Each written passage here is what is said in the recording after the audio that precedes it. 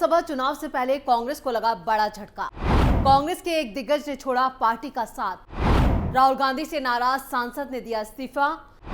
हिमंता बिस्व शर्मा ने राहुल की बजाई बैंड। नमस्कार, मैं हूं परवीन शेख। आप देख रहे हैं कैपिटल टीवी की स्पेशल स्टोरी।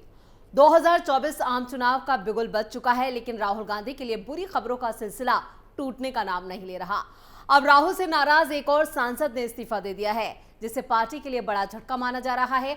चुनाव से ठीक पहले कांग्रेस का कुनबा और छोटा हो गया है, तो वहीं पीएम मोदी को लेकर कांग्रेसियों में गजब का जोश नजर आ रहा है।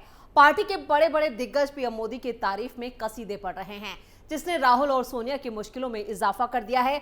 अब जो खबर आ रही है वो असम से है, जहां कांग्रेस को अब तक का सबसे बड़ा झटका लगा है। खबर यह है, अब्दुल खलीक साल 2019 से बारपेटा से कांग्रेस सांसद ने दिया इस्तीफा। लोकसभा चुनाव से ठीक पहले उनका इस्तीफा कांग्रेस के लिए तगड़ा झटका। असम में बिगड़ गए हैं कांग्रेस के चुनावी समीकरण। लोकसभा चुनाव से ठीक पहले कांग्रेस के लिए असम से बुरी खबर सामने आई है। बारपेटा से कांग्रेस सांसद अब्दुल खालिक ने पार्टी से इस्तीफा दे दिया है। अब्दुल खालिक ने एक खत कांग्रेस हाईकमान को भेजा, और जिसमें राज्य के कांग्रेस अध्यक्ष और ऑल इंडिया कांग्रेस कमेटी के कार्यवाहक सचिव पर पक्षपात, यानी यहाँ पर जो आरोप लगाए हैं वो भेदभाव के आरोप लगाए हैं। अब्दुल खालिक ने खत में लिखा है कि वो गांधी नेहरू की विचारधारा से प्रभावित थे, इसलिए बीते 25 सालों से कांग्रेस के साथ जुड़े थे। उन्होंने पत्र में इस बात का भी जिक्र किया है कि कांग्रेस पार्टी अब जनता से जुड़े मुद्दों से खुद को दूर कर चुकी है। पत्र में उन्होंने लिखा कि अब कांग्रेस ने असम में अजीब सा रास्ता पकड़ लिया है और इस वजह से वो इस्तीफा दे रहे हैं। उन्होंने खत की कॉपी एक्स पर भी साझा की है, जहां पर उन्होंने लिखा है, मैंने कांग्रेस के साथ अपने 25 साल पुराने रिश्ते तोड़ने का फैसला किया है। मैं अपना त्यागपत्र पहले ही माननीय कांग्रेस अध्यक्ष खड़गे जी को भेज रहा हूं। अब्दुल खालिक ने क्यों दिया इस्तीफा, वो भी चुनावों से ऐन पहले? ये सवाल हर किसी को परेशान कर रहा है, जबकि अब उनके भी बीजेपी में जाने के आसार बताए जा रहे हैं। खबरों की माने तो इस इस्तीफे के पीछे राज्य की सीएम हिमंता बिस्व शर्मा का भी बड़ा हाथ बताया जा रहा है, जो लगातार राज्य में कांग्रेस को कमजोर कर रहे हैं। अब्दुल खालिक साल 2019 में बारपेटा से सांसद चुने गए थे, लेकिन इस बार पार्टी ने उन्हें टिकट नहीं दिया, उनका टिकट काट दिया। ऐसे में असंतोष के कारण उन्हें मजबूरन इस्तीफा देना पड़ा है। उनकी सीट असम प्रदेश कांग्रेस सेवा दल के दीप बयान को दे दी गई है। अब इस सीट से दीप बयान चुनाव लड़ेंगे, यानी टिकट न मिलने से नाराज अब्दुल खालिक ने इस्तीफा दिया है। लेकिन असल वजह तो यह है कि बारपेटा में लोग उनसे नाराज थे, इसलिए पार्टी ने उन्हें टिकट नहीं दिया। उनकी जगह दीप बयान को पार्टी ने मैदान में उतारा है। कांग्रेस की दूसरी लिस्ट जारी होते ही पार्टी में इस्तीफों की होड़। कांग्रेस ने दूसरी लिस्ट में 43 उम्मीदवारों को किया था ऐलान। 12 मार्च को सामने आई लिस्ट में 12 उम्मीदवारों का किया गया था ऐलान। कांग्रेस की दूसरी लिस्ट जारी करते हुए कांग्रेस महासचिव केसी वेणुगोपाल ने कहा था कि दूसरी लिस्ट में 10 जनरल कैटेगरी से, 13 ओबीसी से, 10 एससी और 9 एसटी और 1 मुस्लिम उम्मीदवार का नाम शामिल है। कांग्रेस ने महिलाओं पर भी भरोसा जताया था और दूसरी लिस्ट में असम के लिए 12 उम्मीदवारों के नाम का ऐलान किया था। आपको बता दें कि असम में लोकसभा की 14 सीटें हैं। 2019 के लोकसभा चुनावों में इन 14 में से बीजेपी ने 9 सीटों पर जीत दर्ज की थी, जबकि कांग्रेस ने 3 सीटें अपने नाम की थी और 1 सीट पर एआईयूडीएफ ने भी यहां पर जीत हासिल की थी। अब कांग्रेस ने अपने उम्मीदवारों की दूसरी लिस्ट में 12 उम्मीदवारों के नाम का ऐलान किया है और असम के लिए कांग्रेस उम्मीदवारों की दूसरी लिस्ट इस प्रकार है। कोकराझार से एसटी गर्जन को मैदान में उतारा गया है, जबकि धुबरी से रकीबुल हुसैन, बारपेटा से दीप बयान और दराक से उदलगुरी माधव राजवंशी, गुवाहाटी से मीरा बाट ठाकुर गोस्वामी, दीफू से एसटी जयराम एंगलैंग और करीमगंज से हाफिज रशीद अहमद चौधरी को मैदान में उतारा गया है, जबकि सिलचर से एससी सूर्यकांत सरकार को मैदान में उतारा गया है और नागांव से प्रद्युत बोरदोलोई को मैदान में उतारा गया है, जबकि काजीरंगा सीट से रोजेलिना तिर्की जो हैं वो मैदान में हैं।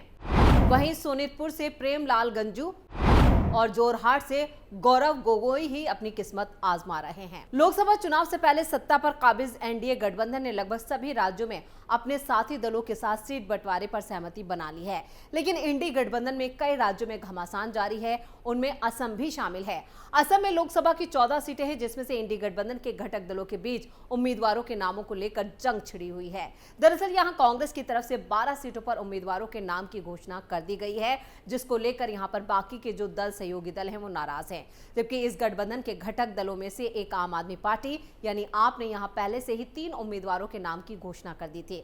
इसके साथ ही यहां ममता बनर्जी की तृणमूल कांग्रेस यानी टीएमसी ने भी कोकराझार, बारपेटा, लखीमपुर और सिलचर जैसी सीटों पर अपने उम्मीदवारों के नामों का ऐलान पहले ही कर दिया है। मतलब यहां विपक्षी गठबंधन के दलों के बीच सीटों को लेकर सिर्फ फुटबॉल वाले हालात बने हुए हैं। ऐसे में कांग्रेस ने असम में 12 उम्मीदवारों के नाम की घोषणा से यहां पर आम आदमी पार्टी को भी जोरदार झटका लगा है। कांग्रेस के उम्मीदवारों के नामों की घोषणा के बाद आम आदमी पार्टी की तरफ से खत लिखकर कहा गया है कि असम की 3 यहां पर जो सीटें हैं, जिनमें गुवाहाटी, डिब्रूगढ़ और सोनीतपुर सीटों पर पहले से ही पार्टी ने अपने उम्मीदवार घोषित किए थे और बाकी 11 सीटों पर यूनाइटेड अपोजिशन फोरम के उम्मीदवारों को समर्थन देने की घोषणा की थी। लेकिन कांग्रेस की तरफ से 12 उम्मीदवारों के नामों की घोषणा के साथ एक सीट एजेपी यानी असम जातीय परिषद के लिए छोड़ दी गई है। इसके साथ ही कांग्रेस ने उन सीटों पर भी उम्मीदवार उतार दिए जिन पर उम्मीदवारों के नाम की घोषणा आम आदमी पार्टी की तरफ से 1 महीने पहले कर दी गई थी। असम में इंडी गठबंधन में बड़ा बिखराव, 4 लोकसभा सीटों के लिए टीएमसी ने उतारे उम्मीदवार, इंडी गठबंधन को बड़ा झटका।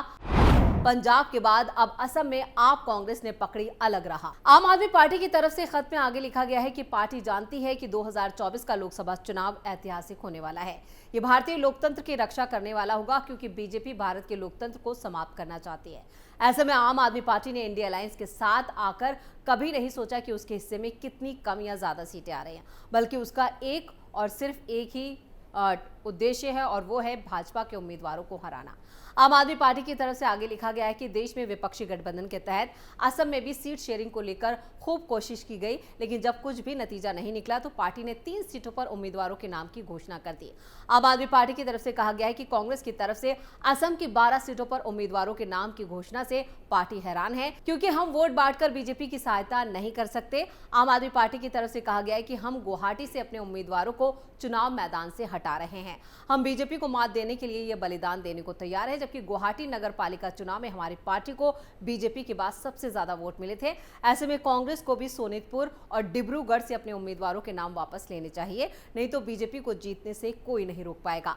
इस गठबंधन का कोई मतलब नहीं रह जाएगा। अगर कांग्रेस ऐसा नहीं करती है तो ये साफ हो जाएगा कि यहाँ बीजेपी को जीत दिलाने के लिए कांग्रेस की सेटिंग हो गई है, यानी कांग्रेस और बीजेपी की डील हो गई है, जिसे असम की जनता कभी बर्दाश्त नहीं करेगी। यह आरोप आम आदमी पार्टी की तरफ से कांग्रेस पर लगाए गए हैं। उन्होंने कहा है कि जिन सीटों पर उन्होंने उम्मीदवार खड़े करे थे उनमें से एक छोड़ दी जाए, जबकि 2 सीटों पर यहां पर आम आदमी पार्टी चुनाव लड़ना चाहती है, लेकिन कांग्रेस ने 12 सीटों पर उम्मीदवार उतारे।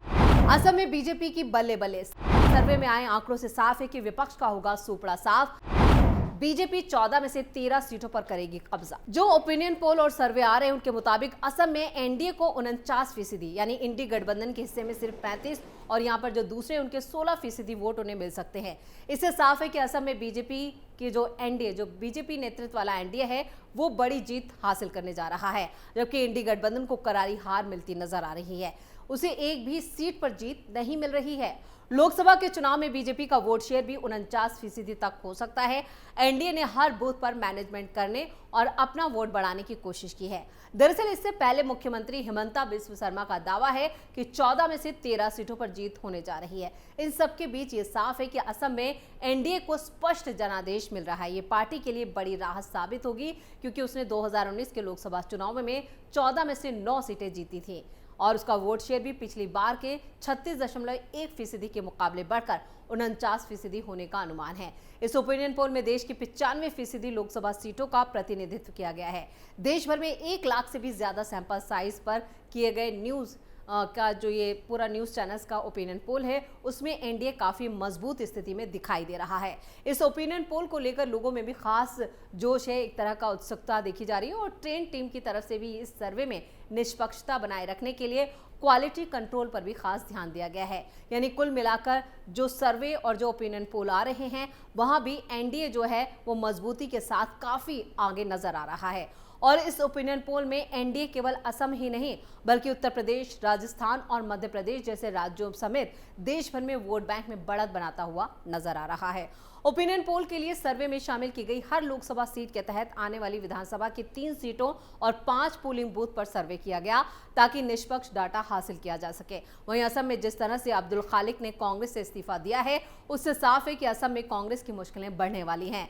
स्पेशल स्टोरी में इतना ही। वीडियो को लाइक करें, शेयर करें, कैपिटल टीवी को सब्सक्राइब जरूर करें। नमस्कार।